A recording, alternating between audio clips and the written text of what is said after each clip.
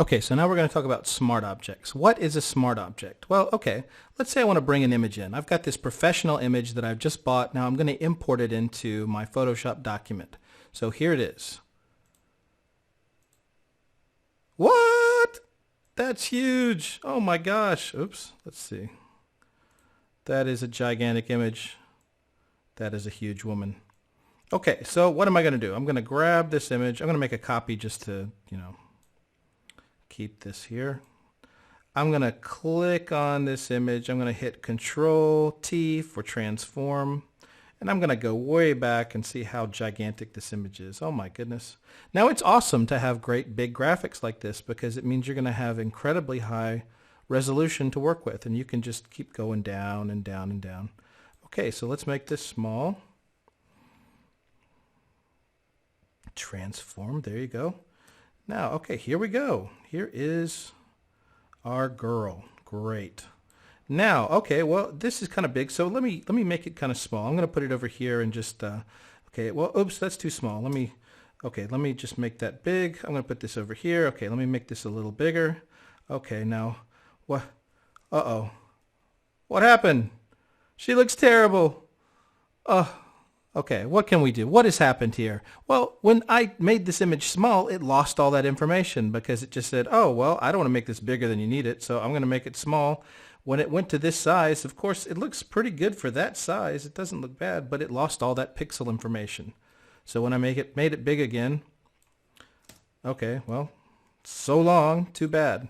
Now, what can we do here? This goes to the entire reason why Photoshop has become non-destructive, okay, getting back to that topic. So what do we do? Let's just get rid of that because it's terrible. And let's go back to our original image. What can we do to make sure that this image is going to stay at this high resolution? Well, we're going to save it as a smart object. And what is a smart object? It's a really awesome thing. Smart object, look, now it's got a little thing here.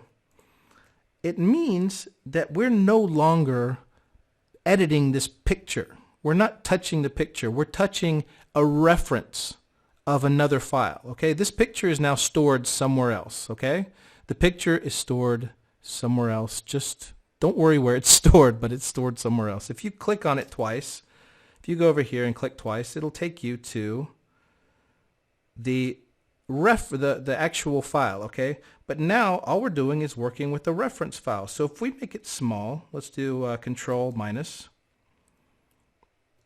Control T. Oops, this is such a big picture. Control T. This is not the best way to do this. This is just the way I do it. So it's the best. Okay, now let's make this small again. I'm going to hit Control plus. Control plus, plus, plus. Got all these little helpers on there. Okay, let's do that again. Oops! I made it too small. Well, I guess when I make it big, it's going to have all that, it's going to lose all that information, right? Well, of course, I think you know not.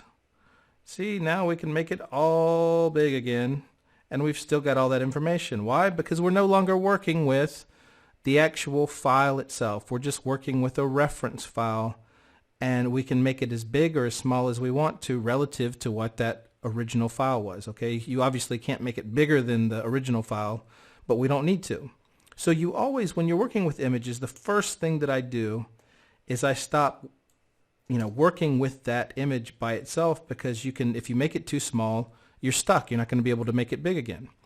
And now we're good. So there we are.